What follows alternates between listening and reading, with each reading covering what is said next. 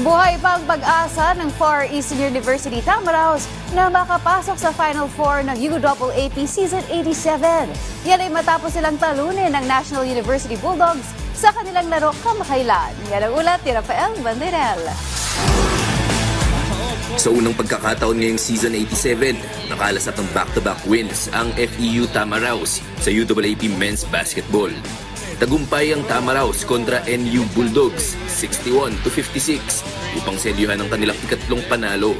Bumida para sa kanyang kupunan ang sharp shooting guard na si Joric Bautista na gumawa ng 17 points.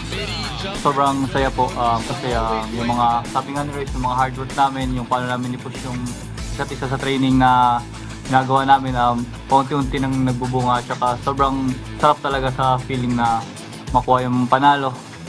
Naniniwala naman si Coach Sean Chambers na simula na ito ng mas maayos na performance ng Tamaraos sa second round ng Season 87.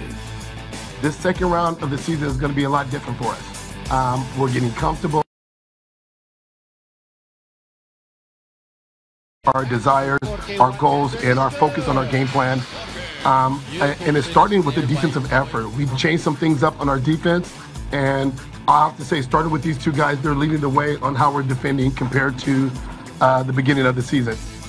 Dahil sa panalo, kumakatok ang FEU sa pintuan ng Final Four kung saan kalaban nila ang University of Santo Tomas at Adamson University para sa ika-4 na pwesto. Rafael Banderel para sa Pambansang TV sa Bagong Pilipinas. At yan ang latest sa mundo ng palakasan. Ako si Meg Sioson para sa Pambansang TV para sa Bagong Pilipinas.